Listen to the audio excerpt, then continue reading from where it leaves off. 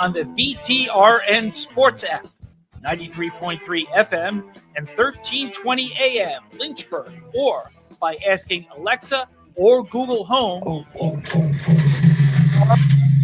God. Now, take the fast lane through the topics that matter across the Commonwealth. This is the Fast Lane with Ed Lane. Boy, that echo that you heard to start the Fast Lane sounded almost like the deep voice guy from This is March Madness on Westwood One that you'll be hearing coming up as we bring you March Madness on your home for the ACC tournament, the NCAA men's and women's basketball tournaments, and so many great conference championship games. VTRN Sports app and 93.3 FM Lynchburg. Shameless plug to start.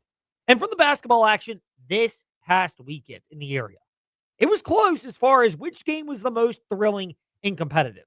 Liberty, Jack State, there's a lot to take away for the Flames. We'll focus on the micro. We're going to hold the senior day talk for the rest of this week because that's its own topic and certainly worthy of coverage and being embraced. And we'll probably have a TroStall.com fast take starting tomorrow to really delve into that. But I think it was women's basketball. It was Virginia Tech 83, UVA 82. At one point, it was a 23-point lead for the Lady Hokies at John Paul Jones Arena. But Mo Johnson, Kamora Johnson, helped spark UVA, their comeback. They actually took the lead, but the unathletic individual in me, who had no basketball skills, is like so many of us basketball fans who do not have the capabilities of actually performing at a high level. What's the one thing we all harp on as an X factor in a close game when it's that obvious? Free throw shooting. And sure enough, it was an issue, as you heard from the great Evan Hughes and his call of the final sequence that set it up to where Virginia had the ball. They get fouled. They make one of two free throws to go up 82-81. Carly Wenzel, Lady Hokies, they drive. They get both free throws to go up 83-82, and Virginia's last second shot falls off and caps off this wild final sequence. Hokies 83, Cavaliers 82. Kamora Johnson, 26 points, has gotten Virginia out of a deficit of 23 points. Sideline inbound for the Cavaliers. Here we go. Jillian Brown to inbound the basketball. Hokies by one. Brown has the basketball, looking to inbound in front of the UVA bench. She's got to go into Smith, puts up a three at the horn, misses short. Megan Duffy with her hands up high. Virginia Tech with a thrilling instant classic victory over Virginia in Charlottesville. Hello, March Madness. What a victory for the Hokies. A defensive stand at the horn. Virginia Tech wins 83-82. Wow. Evan Hughes on the call. Great inflection. Every year he just gets better and better and better. We've been with him from the beginning, selfishly, of course, back when he was our TechSideline.com covering the Commonwealth guest. Now he's been replaced by his colleague at Virginia Tech in their sports media department, not Trey Lyle. He's not joining us today. Trey, you can exhale for a second. David Cunningham, managing editor of TechSideline.com, 550 today. But free throws, 19 of 22 for the Lady Hokies. They've been good at the free throw line throughout the year. They've driven. They managed to get over 20 free throws. And Virginia, they weren't horrible, but they didn't quite hit the 73% mark, which is so coveted. 18 of 25 free throws. And look, in a close game, those things matter, and it's more magnified. When it's a tie ball game with under a minute to go, one team goes to the line, makes one of two. That's UVA. The other team goes to the line, makes two of two. Those are the Lady Hokies. And that one free throw, you can point to it. It's the difference because it's 83-82. The Virginia Tech Lady Hokies over UVA. And part of this also is, and why this was the bigger game compared to the Liberty Jack State, and it has its own significance, is there was no drama for TJ Wilkerson this past weekend. Not down in Durham. He's living out his childhood dream. And then it becomes obvious that his childhood sequence of college basketball kind of unfolded the exact same way as his adult sequence. We'll get to that in the Fast Five at 5-ish. Virginia Tech did what they've done for much of the year. We'll get to that in the Fast Five at 5-ish. And Liberty men's basketball, as big as that victory was against Jack State, and some positives and takeaways for them. It's a one-bid league in the Conference USA men's basketball tournament, and ultimately it's different versus, Virginia and Virginia Tech, who are both fighting in different spots to potentially solidify their spot in March Madness. And there's the macro point to that. And I think that's part of why when Carly Wenzel spoke with the aforementioned Evan Hughes on the Virginia Tech post-game show that you hear on the VTRN Sports app, or heard on the VTRN Sports app like I did because I was out shepherding my children doing yard work in the yard yesterday. So listening on the app, we were using, by the way, to get my usher on for a split second in the fast lane.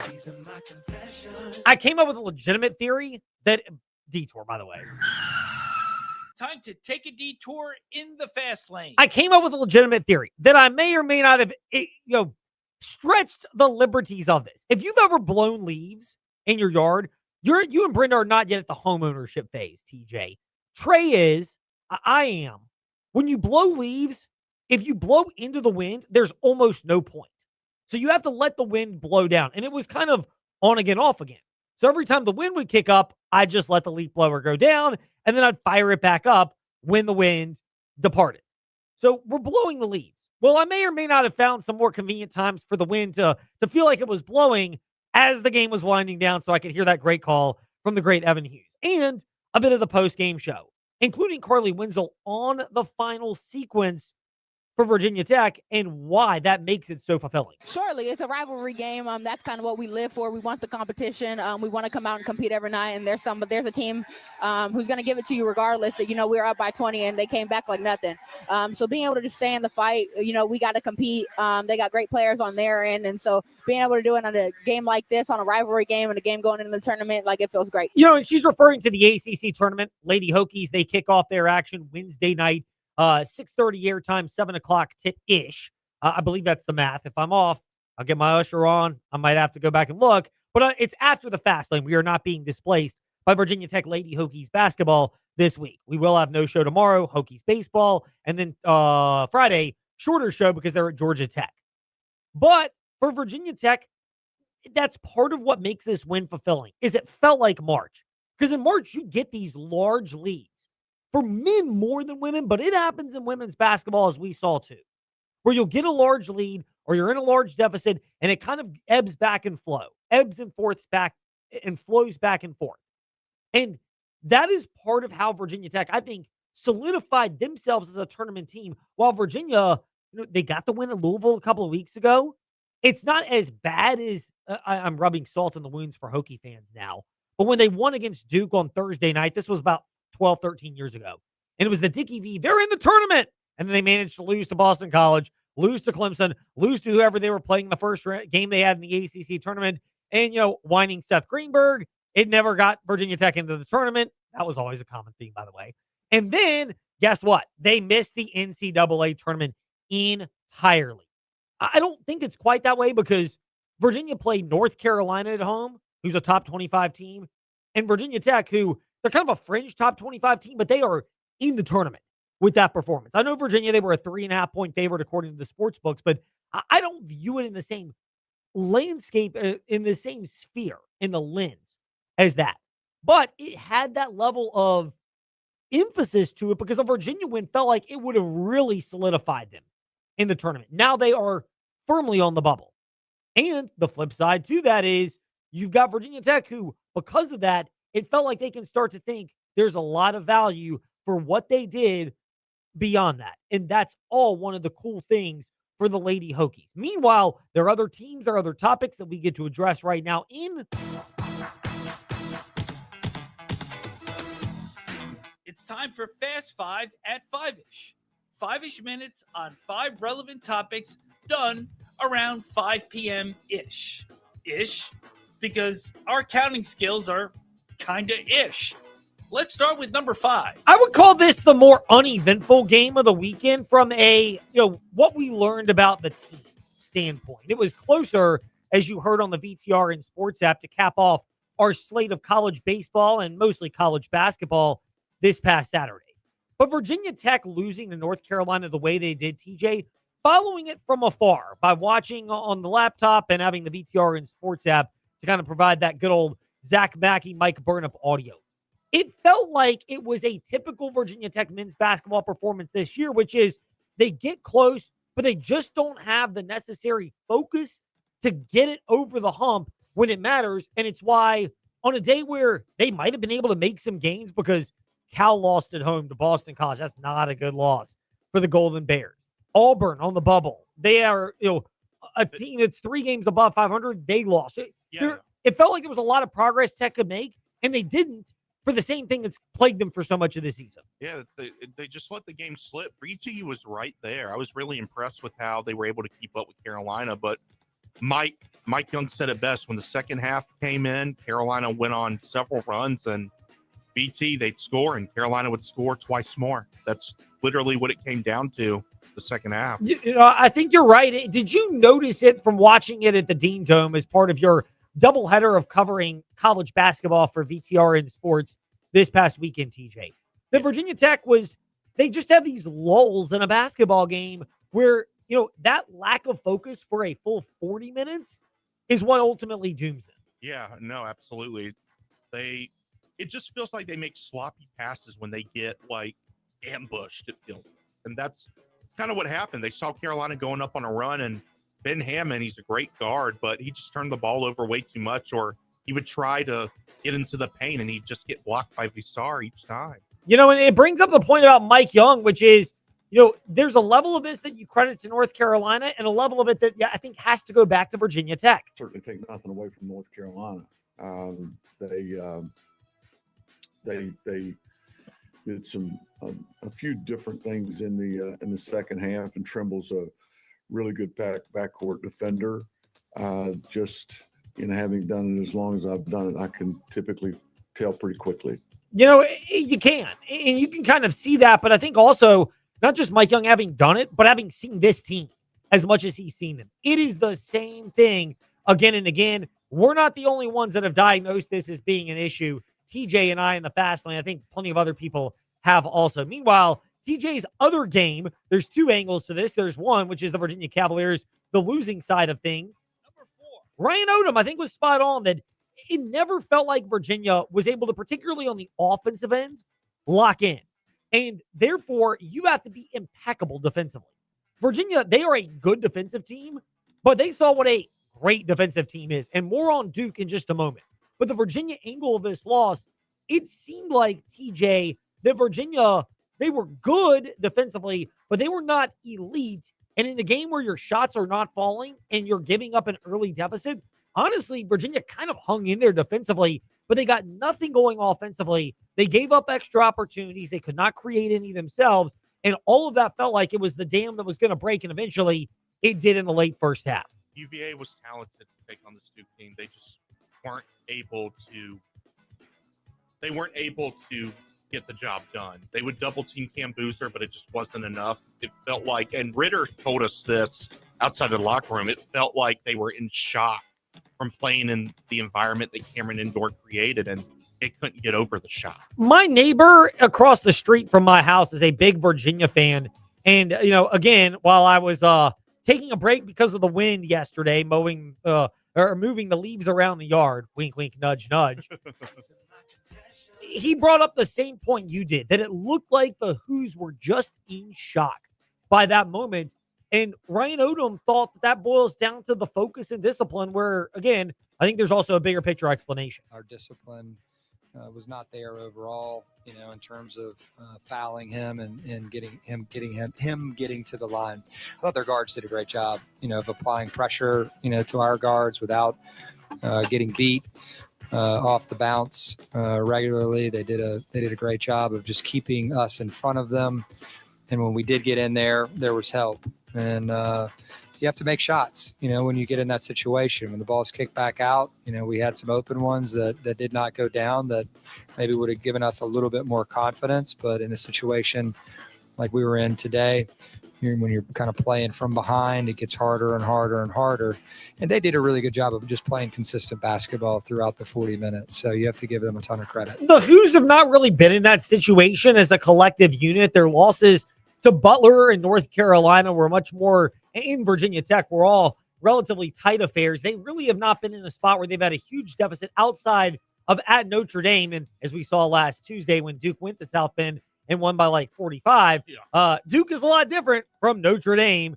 But that was one of the things for the Hoos that's a big takeaway is there's the leaps and bounds. And, when you're at a talent disadvantage, you have to be able to make that up in some way.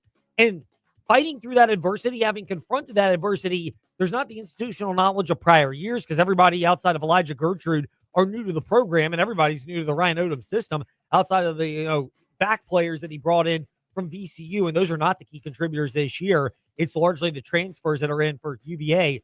Because of that, you just don't have the practice handling that situation. And you need all that because the other takeaway from this game is this Duke team, it may not be the flashiest team. I think you could argue it's probably the least flashy team of the last 10 years from this Duke era.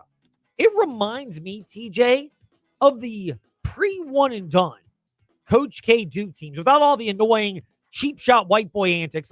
I guess I can say that as a white guy. Yeah. But the white boy antics, the Grayson Allen tripping, the elbowing, the shoving, the checking, the Christian Leitner, Steve Wojciechowski, Greg Paulus, wannabe Steve Wojciechowski-isms that all took place in Duke lore. Duke doesn't really have any of that, but I think Ryan Odom hit the nail on the head when he said they're just a better defensive team than really anything Virginia had seen. No, I think it was probably a bit of both. I mean, it was probably more their defense was better, but we did have some that, when you're wide open and you don't knock it down, that hurts even more because they're going to get you to the end of the clock and a lot of the other ones. And so it just puts that much more pressure on the open shot. It does for Virginia. And that's what it felt for them and how Duke has done that. But Virginia's not the only team that's been transfixed by that and hurt by that. This is a Duke team that, again, I think Ryan Odom hit the nail on the head, that they resemble what you think of in Duke basketball. He wasn't going to say it, but the one and done era of Coach K, I don't really think played with the same level of defensive sharpness and intensity. It was flash, appeasing the one and dones, that type of culture. But the first four of Coach K's national championships, the back-to-back in the early 90s, the 2001 version, which had Cam Boozer's dad, Carlos, on it, and then the 2010 version, which I think is the height of squeezing the talent, which ironically featured current Duke coach John Shire. But that's the blueprint, and this is the first year with Shire where it seems like it resembles it. In this particular year, his team is well balanced. They know who they are on offense. They know who they are on defense.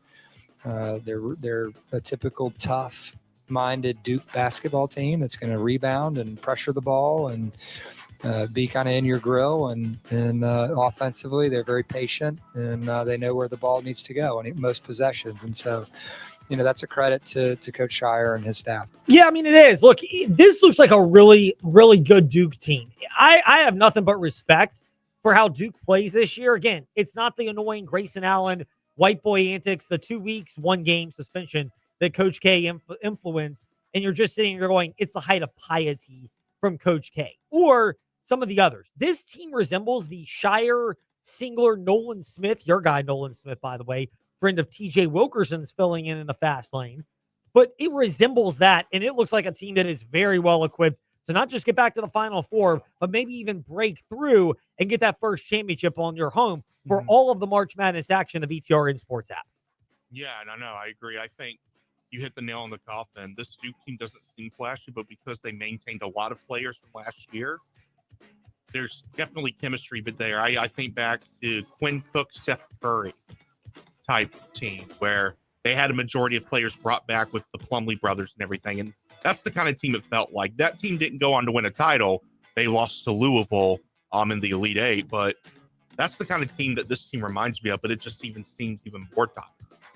Number 2. Two sides for the Liberty Flames men's basketball team. Not much on the women. They're kind of in they're holding serve. They're in a 1-bid league. I don't think they're the favorite for the Conference USA women's basketball tournament, but they have started to look better after their hiccup a couple of weeks ago. They swept over the weekend.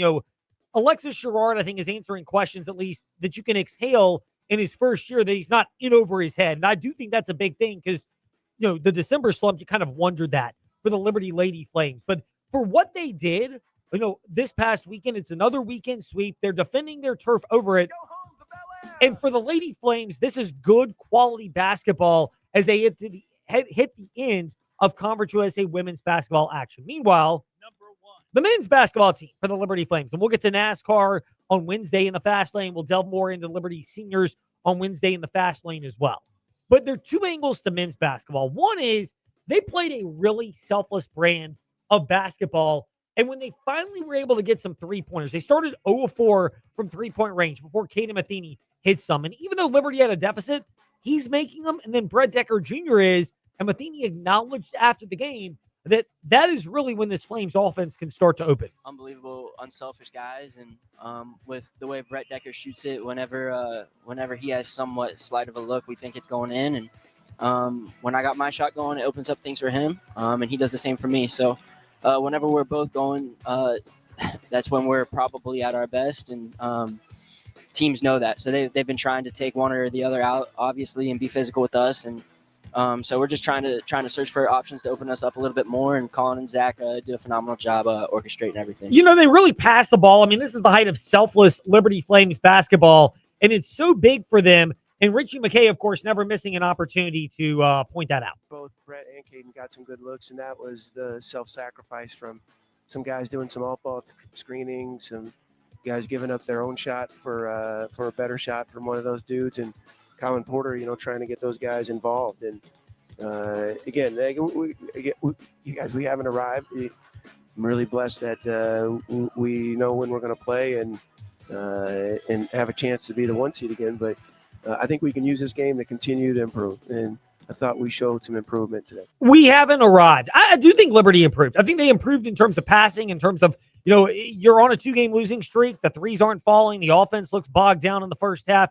And you fight through that. And even though you had the deficit in halftime, you fought through that in the second half. And ultimately, you were able to, I wouldn't say fully pull away because Jack State hung around and you knew they would, but it showed a level of toughness for the Flames. We will get into that angle as well later this week in the fast lane. Good Lord willing, we'll be able to do that, including Pete Gillen, who's seen the Liberty Flames quite a bit, slated to join us Wednesday in the fast lane. But when we return, your teams and topics in part one of covering the Commonwealth, JMU, UVA, and then the Washington Commanders. Takeaways from the Combine.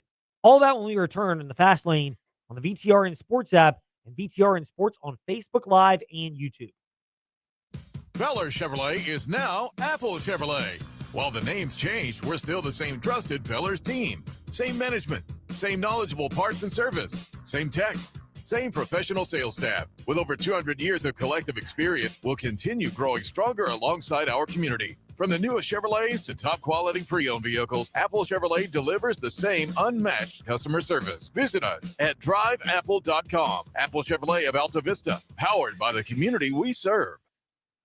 At the Farmers Bank of Appomattox, we believe personal banking should be as rooted in the community as you are. Whether managing your business banking, saving for your family's dream home, or juggling daily expenses with our mobile app, we offer tailored solutions with a local touch. Experience the security of a bank that knows your name and the convenience of modern technology. Visit us today to grow your financial future right here at home. The Farmers Bank of Appomattox, your community, your bank, your future. A cool food concept sparks curiosity. What about two concepts at one restaurant? That's even better. Oliver's on Rivermont is Lynchburg's first multi-concept restaurant. Pick items from the traditional Oliver's menu, the 801 Raw Bar menu, or mix and match. And you'll appreciate the consistency of Oliver's new kitchen and serving staff. Two cool concepts in one. Only available at Oliver's on Rivermont. Are you tired of static? Wish you could take your favorite Virginia radio stations with you wherever you go? Then you need to discover the power of streaming. That's right. You can now easily listen to the Virginia Talk Radio Network for insightful discussions and local news. From the VTRN News Center, I'm Bill Trefiro. And groove to classic hits on Rewind 1039.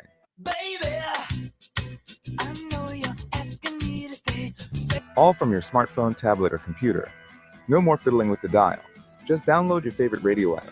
Search for Virginia Talk Radio Network or Rewind 1039, and you're ready to go. Stay connected with your community. Good morning. This is Kimberly McBroom in the WDBJ 7 Newsroom with our Virginia Talk Radio Network news update. And enjoy the music you love anytime, anywhere. Streaming the Virginia Talk Radio Network and Rewind 1039. It's that easy. Virginia Talk Radio Network. Rewind 1039. Now streaming. Gerrymandering has been a problem in American politics for generations. District lines drawn to protect power, reward insiders, and weaken competition. Virginians are right to be frustrated. That's why the April 21st referendum sounds appealing. It promises reform. It promises fairness. But when you read the fine print, it doesn't deliver what it advertises. The amendment would create a redistricting commission, but not an independent one. Half of it would be made up of sitting legislators. The very people whose districts are on the line would have a hand in shaping them. That's not taking politics out of redistricting. That's institutionalizing it. If the commission can't agree, the responsibility shifts to the Virginia Supreme Court. That moves a deeply political issue into the judiciary and risks further politicizing our courts. Changing the Constitution is permanent. It's not something we do casually or based on slogans. If we're going to reform redistricting, it should be done with full independence, clear anti-gerrymandering standards, and meaningful public accountability. Virginians deserve a system where communities are kept intact, competition is encouraged, and voters, not politicians, decide elections. This amendment doesn't go far enough. It risks locking in a flawed compromise for decades. On April 21st, send a clear message. We want real reform, not political repackaging. Vote no on the gerrymandering referendum. This is an editorial from the Virginia Talk Radio Network. The Virginia Talk Radio Network reaches more people than any other Lynchburg-based media company. Call Melinda at 434-534-8500. Let us tell your story. Step into the Fast Lane 24/7 at Trey Lyle VT and Fast Lane Ed Lane on Facebook, Twitter, Instagram, YouTube, and wherever you listen to podcasts. Now, back to the Fast Lane. Haunted names. Is that a theme of ours here in?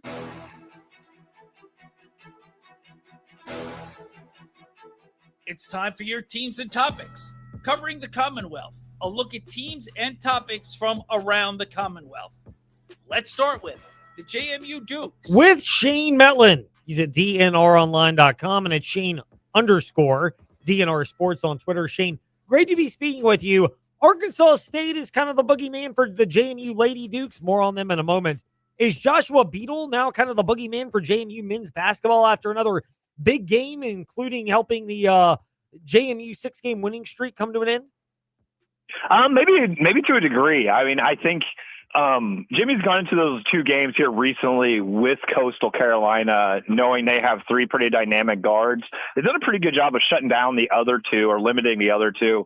But Beatles had two huge games and kind of made up for missing a late free throw that let JMU win down in Conway with the buzzer beater on Friday night to give them the victory. So he may be one of those guys they're not looking forward to seeing in the tournament if they happen to match up with Coastal Carolina. So if they match up in the tournament, would this be one of those, it lives up to the same billing that we've gotten the last two times the JMU men's and men's teams have faced off, which have been a combined 3-point margin? Yeah, I think possibly. I mean, I think they're just two pretty evenly matched teams. Neither team necessarily has like a dominant big. They both have some servable bigs, but some really good guard play, and they get a lot of their points from the perimeter. Cliff Davis has been playing about as well as Joshua Beadle here lately. He ends up making third team all Sun Belt, but was probably a first team caliber player the last 10 games or so. So, yeah, I think if those two teams end up playing again down in Pensacola, it could be a pretty entertaining contest. You know, it's not out of the realm of possibility. They've got a very unique bracket, the Sun Belt Conference tournament does, where JMU would be slated is slated as of right now to take on the winner of Georgia State versus Louisiana. Big picture, it's a unique bracket structure. It's not your traditional. It's more of a tiered bracket that funnels into a championship game in a little over a week. Oh, a little right at a week. What is your assessment of how this bracket is? I mean, for the most part, I like it. You run into a situation this year where you had just a very balanced men's league.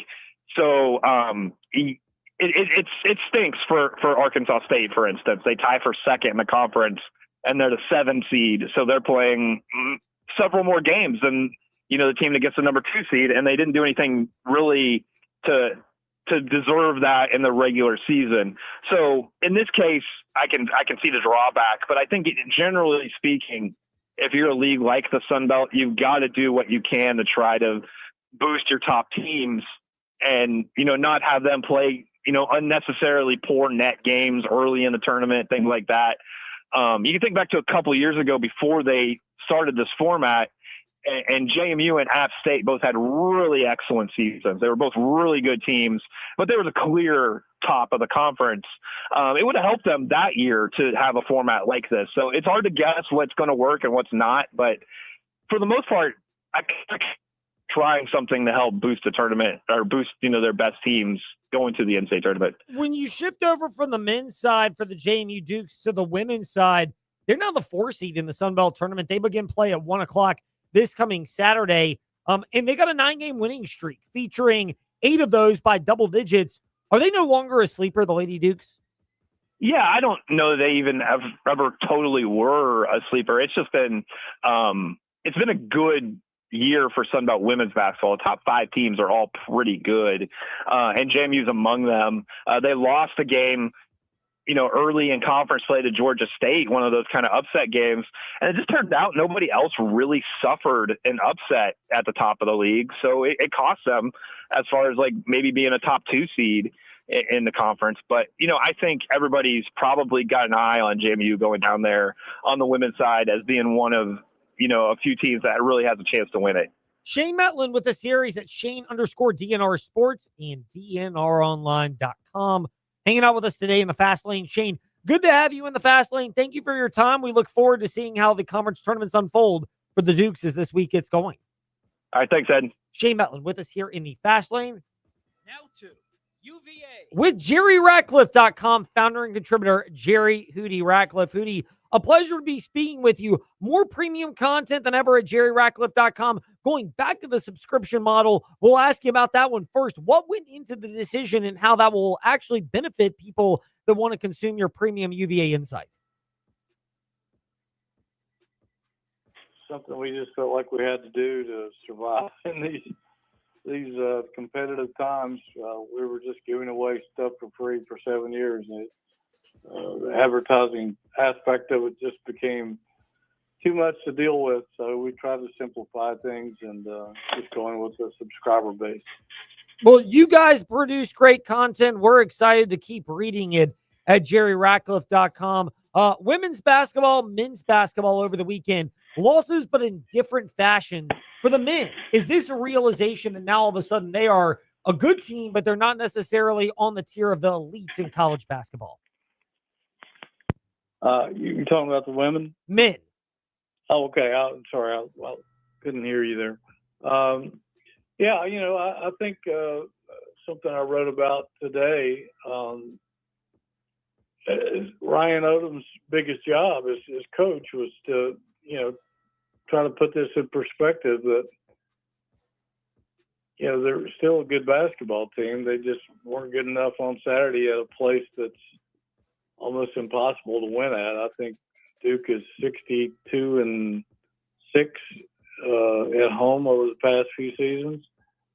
So Virginia's not alone in that category, but he was trying to remind his team that, hey, we're still a good basketball team. We've still won 25 games and won 13 conference games, and we're in second place. We have a double bye, so let's don't get down on ourselves just because of one game. And, the fact that, you played Duke, who's probably getting ready to peak if they haven't peaked already, on their home court in late February with everything on the line. It's a tough ask. And, give Duke credit. They played a heck of a game and had a great game plan to shut down Virginia. And, when Virginia's guards have a rough day like they did Saturday, they're handcuffed.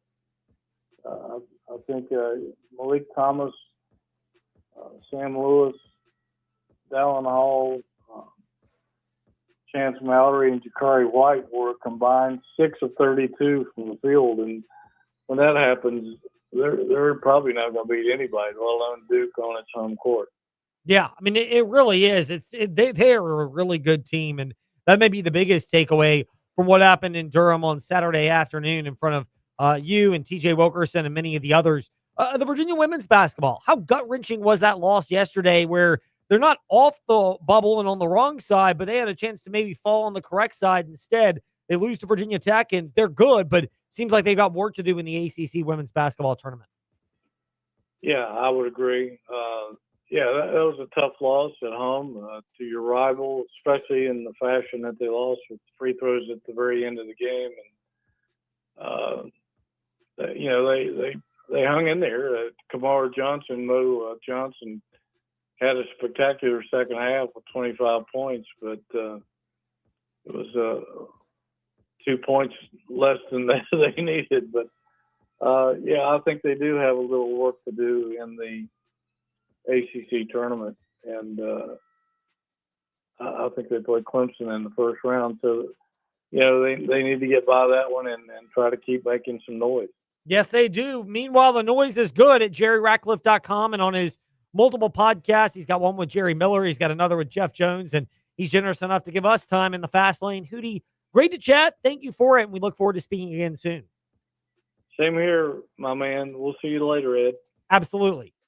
Now to just for you haters, left hand up the Commanders. The Washington Commanders. Seawall and the Commanders have left Indianapolis, home of the Scouting Combine. Seawall, great to be speaking with you. Thank you for your time. Takeaways for the Washington Commanders. First of all, the draft. Are they in a strong position, and maybe more confirmed they're in a strong position in terms of having some difference maker they can pick up whoever happens to be available at pick number 7? I absolutely think they're in a strong position at pick number 7. I mean, let's be for real. If you're picking that high, that means you didn't have a good season. But at least you have an opportunity to get better picking that high. And based on this year's draft and what I watched last week and over the weekend, the Commanders can't go wrong at 7. They could literally just sit there and watch and see what happens and who gets picked. And they could definitely have a best available player type of situation that could be a game changer for this team still available at number 7. So you mentioned that if the Commanders had their positional druthers, do they prefer that there are multiple options in some kind of the edge defensive in position, just given that it seems like David Bailey had a good testing session. I know Bain, the measurables weren't great from Miami, but he plays like a beast. And then obviously the 2 Ohio State kids in recent styles. Oh, absolutely. I mean, I think that, when at the end of the season, Adam Peters immediately mentioned edge as being a position that they could get better at, younger at, right? So you think about exactly what you just said. I can tell you, I know there's some thoughts that Ruben Bain is going to go to the Tennessee Titans at 4. I think he had a really great meeting with the Saints. They pick right after the Commanders, I believe, at 8.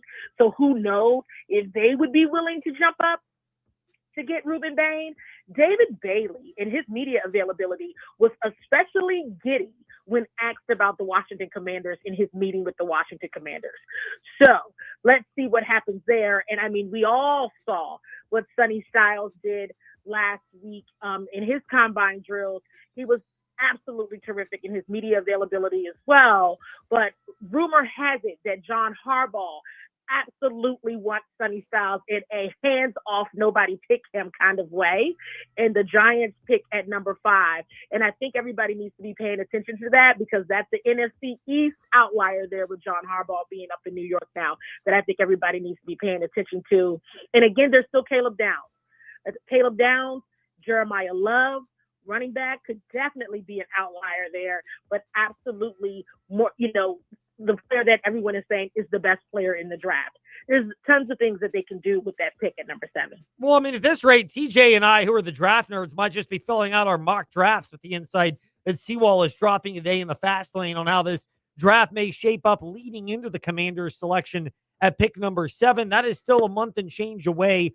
not even 2 months now. We're getting closer. Hold your horses and get excited. Before then, though, there's free agency. Washington Commanders informing Marshawn Lattimore he will be released. Your level of surprise on this is blank.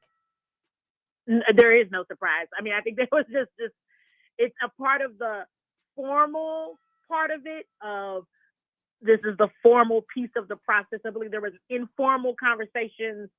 They, both parties knew that this was going to transpire and happen. But with the new league year starting next week, I think, it was kind of, I don't want to call it a no-brainer, but both parties were aware that this was happening. So this was not a surprise at all. I think more of the surprise was Tyler Biadasz being set to be released. I think that was way more of a surprise than the Marshawn Lattimore news. So that leads us to our last one, Seawall, is the other bit of news for the Commanders before they even look at signing someone else, likely going to be, what do they do with Laramie Tunsil and giving him an extension?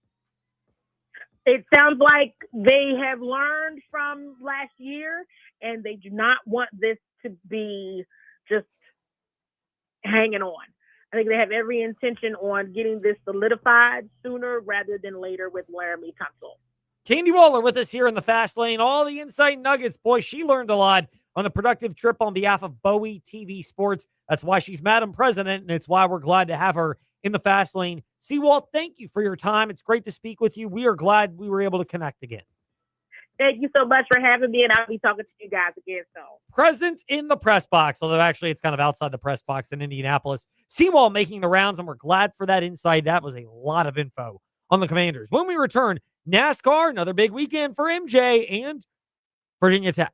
Big weekend for them as well. David Cunningham slated to recap it when we return here in the Fast Lane. We are making it happen at the Used Car Superstore on the Sheeler Motor Mile, your premier used car dealer serving Southwest Virginia and surrounding areas for over 50 years. With the best selection, value, finance options, and exceptional service. Plus 900 pre-owned vehicles all in one location. Volume selling means volume pricing, and we've got the volume. The Used Car Superstore is your one-stop for most makes and models. Cars, trucks, vans, SUVs. Many have miles in the teens, remaining factory warranties, and some are even local one-owner vehicles. Plus, Sheeler owns the finance company. Getting approved for credit is easy on the Motor Mile, with finance options for every budget. 900 used vehicles in stock now. More than any other dealer in the area. Hurry in for straightforward pricing and more inventory arriving daily. Why wait? Make it happen at the Used Car Superstore on the Sheeler Motor Mile, your premier family-owned car dealer serving Southwest Virginia and surrounding areas for 50 years. I-81 exit 118C in Christiansburg. Call 866-SHEELER-1. Always open at Sheeler.com. Hi, I'm Susan Lane, Ed's mom. March Madness brings lots of picks, but I have only one, Bartlett Tree Experts. I rely on Bartlett to professionally assess my oaks and boxwoods and to prepare a maintenance plan within my budget. Call Corey, a certified arborist, at Bartlett Tree Experts or go to bartlett.com. Lunchtime just got an upgrade. Stop by Macadoo for our $8.95 weekday special and grab a legendary sandwich at an unbeatable price. Choose from your favorite classics, the Coney Island, Betty Bop, Ragtime, or Stogie. Classic sandwiches packed with savory meats and flavors in between fresh bread. Make it a meal by pairing your sandwich with a sidekick, a warm cup of soup, or crispy chips. Great food, cozy vibes, and the best deal in town. It's time to share great food and fun. Just to be there, the only one. Just to be there at Macadoo's. We'll see you at the Do's.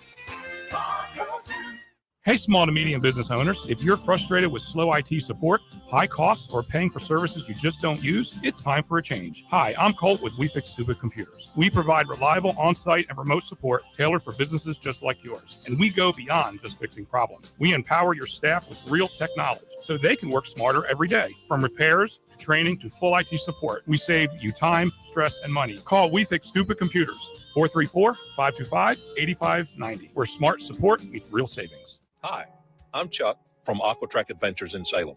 The Virginia Talk Radio Network and InsaneRadioDeals.com have helped our company grow by sharing our company's message throughout Central and Southside Virginia. The gift cards and experiences sold on InsaneRadioDeals.com have brought us many new customers. If you're a business that wants to grow with a message that resonates and gets results, I highly recommend InsaneRadioDeals.com and the Virginia Talk Radio Network. Simply put, it works.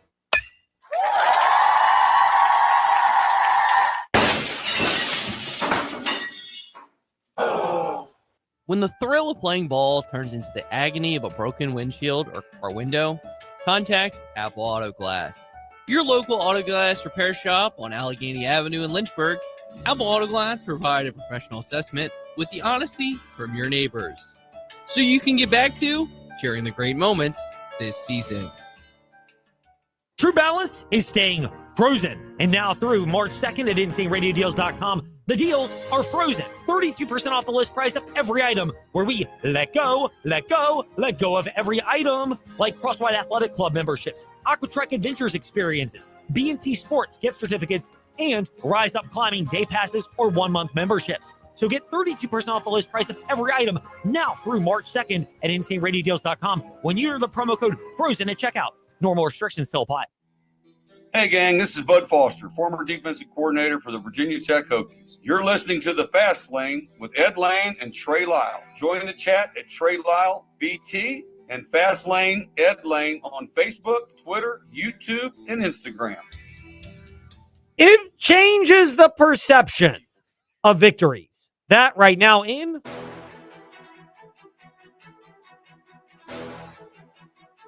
It's time for your teams and topics. Covering the Commonwealth, a look at teams and topics from around the Commonwealth. Let's start with NASCAR. with Steven Stump of FrontStretch.com, who was on site at Circuit of the Americas for another race and another victory for Tyler Reddick. First of all, Steven, first time it's happened in NASCAR history. Everybody understands that there's a major random nature that comes from super speedway tapered spacer tracks, and that was the first two, Daytona and Atlanta. Does that underscore the accomplishment of Tyler Reddick, though, finding a way to go 3 for 3 to start the year? I think it makes it even more impressive because, like, it's hard. It's hard enough to win one of those races, let alone 2 in a row. And throw in a road course beating the guy that has won 5 of these in a row. Definitely one of the more impressive streaks that I've seen in recent memory. And what's kind of surprising is it just came out of nowhere because, Reddick was good in 2024, but they went winless in 2025, but they're on fire to start 2026.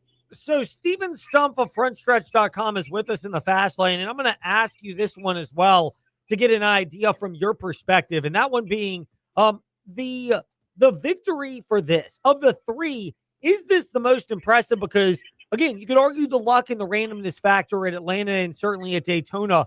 This was beating Shane Van Gisbergen at his own race. And it may not have been the best car for SVG, but still, you hold him off late and you actually are able to maintain the strategy and distance. Does that add to the lore of this victory for Tyler Reddick? I mean, all 3 victories are impressive in their own right. Like, Tyler had to make some really impressive last-lap moves at Daytona. He had part of the fender off his car from a wreck in the final stage, came back to win there. But yes, I would agree that this win at Circuit of the Americas is easily the most impressive of the 3. Held off SVG, held off some other really great road racers as well the entire day. Held on with the older tires at the end when some of the other drivers had new. And again, just impressive victory. And he's loving Circuit of the Americas. It's the first track he's won at twice, and both of the wins that he has there were dominant. What do you make of Denny Hamlin's assessment of Tyler Reddick that he's actually a more complete driver because he doesn't seem like he has any weaknesses in terms of tracks? I would agree with that. Okay, well, he does. I would say that Tyler Reddick has one weakness, which is short tracks, which I think Denny also mentioned. We don't need to go far to find Reddick's record at Martinsville and see it's not so good. He's solid. He's okay at Richmond though, but he's won at super speedways. He's won at mile and a half. He's won on road courses. Once he gets a short track win, he'll pretty much have pretty much every form of racing in the book. Steven Stump, Steven_Stump for the Twitter and Instagram handles for the reporter from FrontStretch.com who's with us in the fast lane. Steven, last one for you. We'd be remiss if we didn't ask. Michael Jordan once again getting attention for NASCAR. Is this the biggest part of the victory for NASCAR, that they're getting a lot of attention just because of who's associated with this team, Michael Jordan. I would agree. And just looking at social media after the race, I'm seeing outlets, accounts, social media accounts, sites, these, and like pretty major ones too, covering NASCAR, focusing on it because of Michael Jordan's presence. Now, and, I think it all leads back to winning the 500. MJ was there, and the Daytona 500 is one of the biggest races and probably maybe the only one where you get a bunch of casual viewers that you wouldn't get otherwise. And that drew everyone in. Reddick, MJ, they won the next week. That kept people interested. They win again. And here we are, even more people invested in it. So I definitely think, it's been a perfect storm, at least for 2311, Tyler Reddick, and NASCAR, and getting eyeballs on the screen because, again, pretty wild way to start the year. It is. It's a wild one. It's been effective, and it is a big thing for NASCAR, and it's big for us to have the insight of Steven Stump from frontstretch.com here in the Fast Lane. Steven, thank you for sharing it. We appreciate your time. My pleasure. Have a great rest of your week. And last but not least, or maybe least, the Virginia Tech Hokies. With David Cunningham of TechSideline.com, he is our basketball aficionado. David, first of all, we'll get the men's part out of the way because the women were exciting in their victory that we heard yesterday from our friend Evan Hughes on the VTRN Sports app. The men, was this just kind of an embodiment of their season? What happened in Chapel Hill on Saturday? Yeah, Ed, a little bit. I think so. I think this team has played well at times, but you didn't see them play well for the whole game, and they went through too many lulls in that second half. And unfortunately, North Carolina was a better team, and Henry Visar kind of took over in that second half. And I thought Carolina was better, and even though Virginia Tech played well, kind of the story of the season, if you don't play well enough for 40 minutes, you're not going to come out on top. And is there a missed opportunity for the Hokies on two front? Number one, if they play consistent, they could have won this game against the Carolina team without Caleb Wilson. And it happened on a Saturday where a lot of other teams across the country that are bubble caliber teams missed their own opportunities. Yeah, I think so. I think you look at the bubble, Virginia Tech is still in a decent position, which is kind of remarkable given how that game went and how much it could have meant. I thought the Hokies were competitive, which was good, and maybe could have won. I only lost by 7. But yeah, I think it is a little bit of a disappointment given how much of a win like that would have done. We go back to it all the time, and could be a season of missed opportunities when it's all said and done. When you add up the SMU game, the Miami game, the North Carolina game now, that's not even talking about the Wake Forest and Stanford games back-to-back in January. Just too many times this team has played good basketball, but not for long enough. And if the Hokies have one more Quadrant 1 win, take your pick, whether it's SMU, Miami, or North Carolina, they're probably in the field right now. But they don't have that. And as a result, they have to kind of hold on and hope they're good enough tomorrow against Boston College. And then they've got to go to Virginia on Saturday and hope they can get a big-time win in JPJ, which is not easy to do. Only one team, North Carolina, has won there this season. So it's just very difficult because the opportunities have been there, both from Virginia Tech's perspective and the national perspective, but the Hokies haven't seized it. Yeah, I mean, it's just a painful frustration for the Virginia Tech Hokies with how things have unfolded when they've needed to get victories and just have not quite been able to put it all together. Meanwhile, the Lady Hokies, how big was that win yesterday and solidify the Virginia Tech Lady Hokies, not just as a team that is in the NCAA tournament, but even more so solidifying the momentum they carry into the ACC tournament when they debut this Wednesday, 7 o'clock, VTRN Sports app. Yeah, and I thought they showed a lot of grit in that win over Virginia. It was thrilling. It was a roller coaster. It came down to the wire. Hokies punched first, Cavaliers punched back, and they're a better team for the majority of the second half. And then the Hokies made enough plays late to win. And that's kind of what I think everybody wanted to see in a rivalry game. And it didn't look like it was going to go that way early. And it turned out that, the Hokies had to blow a 23-point lead. Virginia came all the way back, took the lead, and Hokies still won. But I think they're playing really good basketball right now. I thought you saw that on Sunday in Charlottesville. Maybe not for the entire time, but their grit and their toughness, I thought you saw for 40 minutes. And, yeah, they've got a really unique opportunity this week. They go down to Duluth where the ACC tournament is. They're the number 6 seed, which is a great accomplishment for Megan Duffy in year 2. They tied for 5th. And they've got a game on Thursday against either Georgia Tech or Florida State, both of which they beat earlier this year. And then the Hokies would play North Carolina, a team that they should have beaten in Castle Coliseum about 2 weeks ago on Friday in that semifinal or quarterfinal, excuse me. So I think the opportunity for them to go on a legit run in the ACC tournament is right there for the taking. And we've seen Virginia Tech play really, really well at times this year. They're playing good. I'm not sure if we've really seen them play great in a while, but they've been great in moments. And if they can kind of fine tune that over the next week or so, they can come out and play like they did at the start of that UVA game. I think you'll find a lot of success. More than anything, Ed, I think that weird zone, the 3-2 or 1-2-2, whatever you want to call it, gave Tech way too many problems in that second half, but Tech was still able to overcome it. So when you look at the Lady Hokies now, the realm of where they've performed down the stretch, you mentioned the toughness they showed, even though they had the 23-point lead.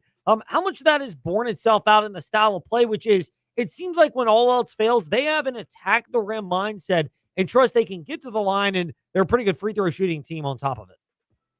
Yeah, I mean, I think they've got people who will go make plays. I think that's been pretty evident all year.